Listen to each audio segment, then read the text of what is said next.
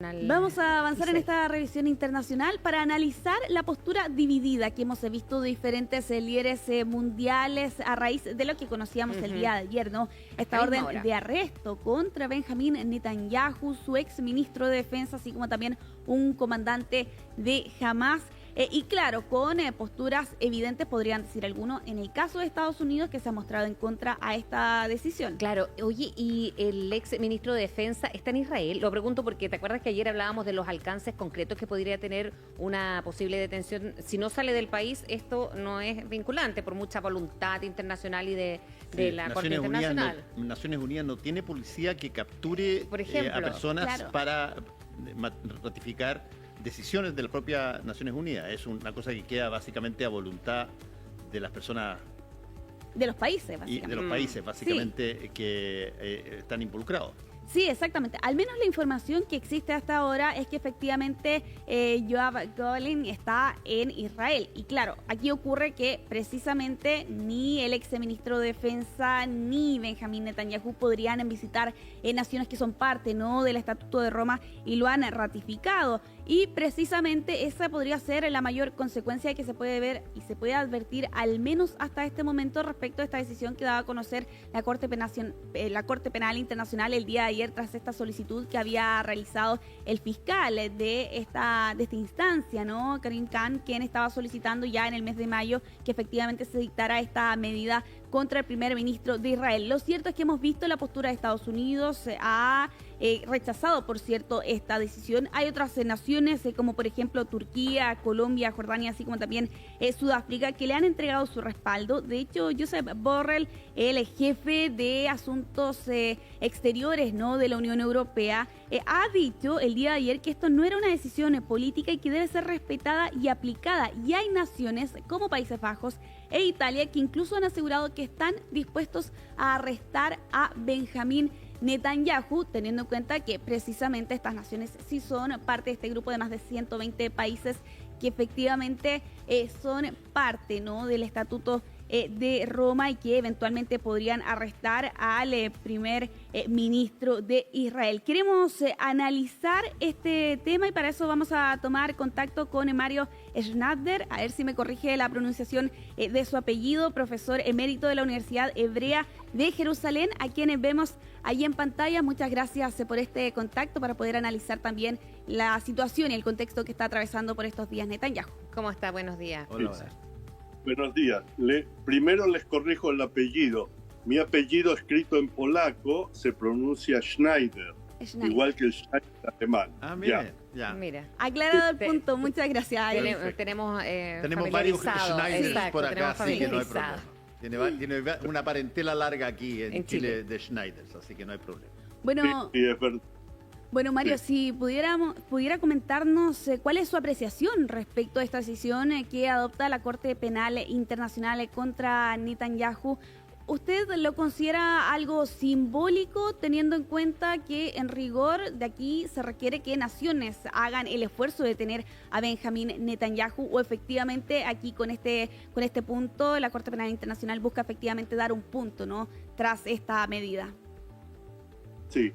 No, yo no creo que sea un paso simbólico. Lo que sí creo es que tiene un alto grado de ingredientes políticos.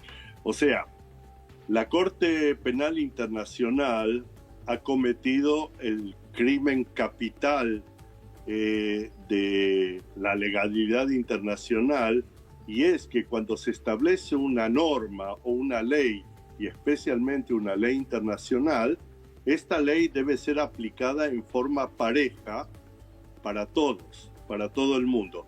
Y esto no es así.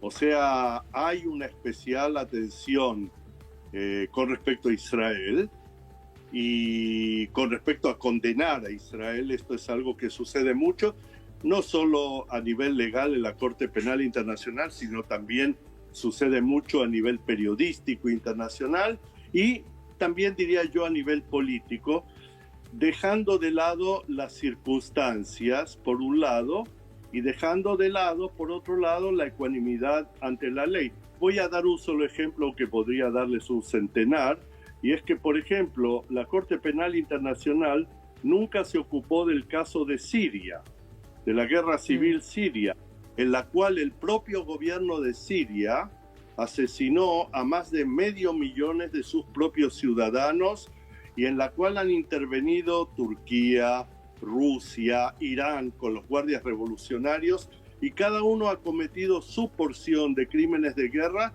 y esto ha pasado totalmente desapercibido.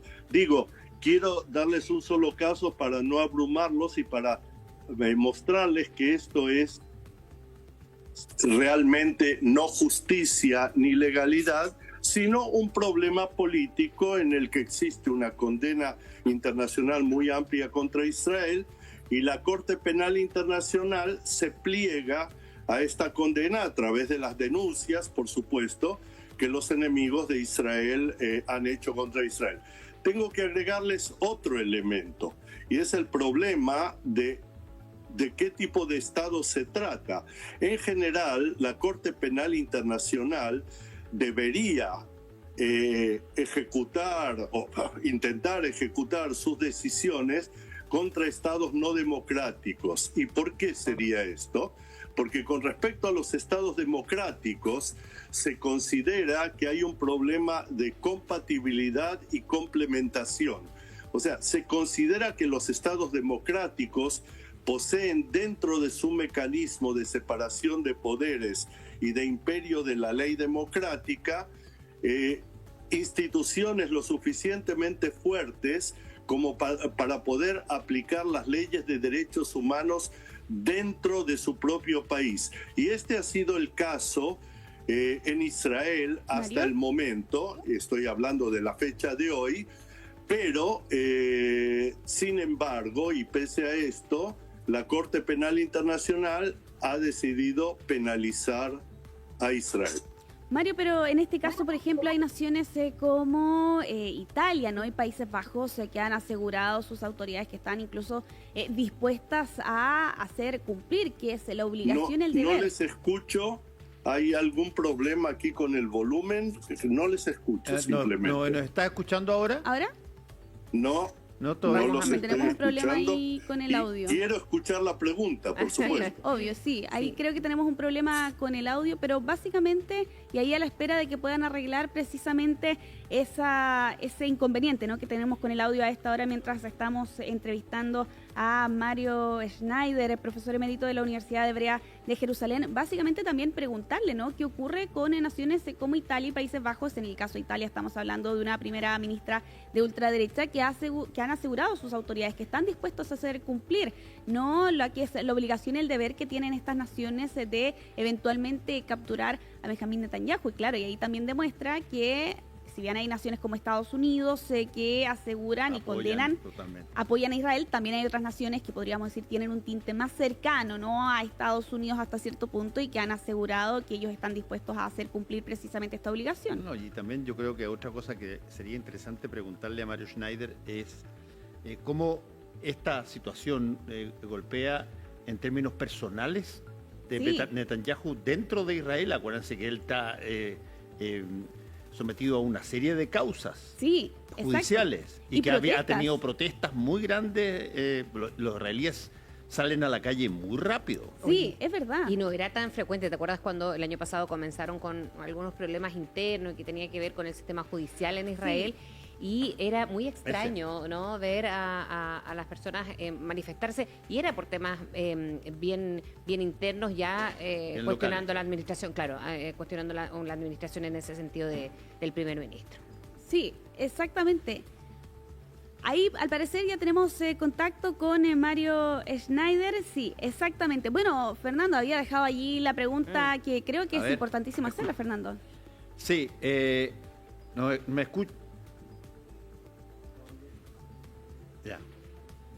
Ahí estamos a la espera de que pueda... La decisión de la Corte Penal Internacional le afectan porque los niveles de popularidad de Netanyahu son complicados debido a la guerra.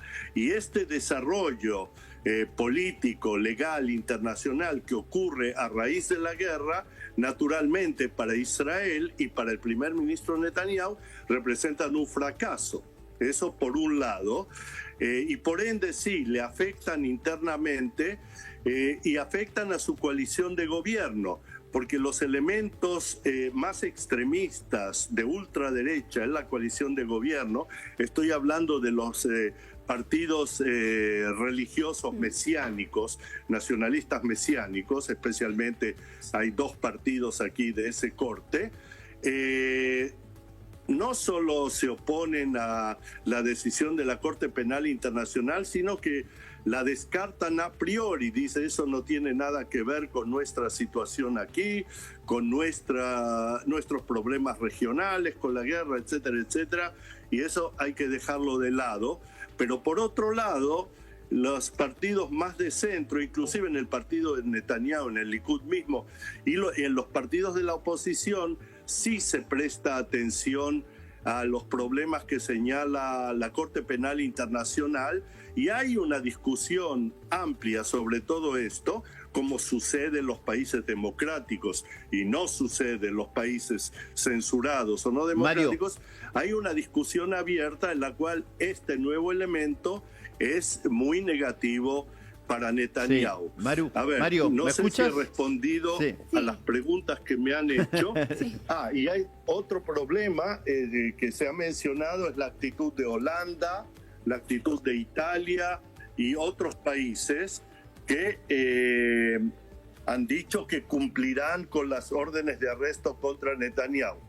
Yo creo que estos nuevamente son decisiones de carácter político, y el hecho de que hay países que estén dispuestos a cumplir y hay otros como Estados Unidos, pero no solo Estados Unidos, hay muchos otros que se niegan a cumplir o que, como el presidente Biden lo ha expresado, considera la decisión de la Corte Penal Internacional como ultrajante. Esas han sido las palabras del propio Biden ayer.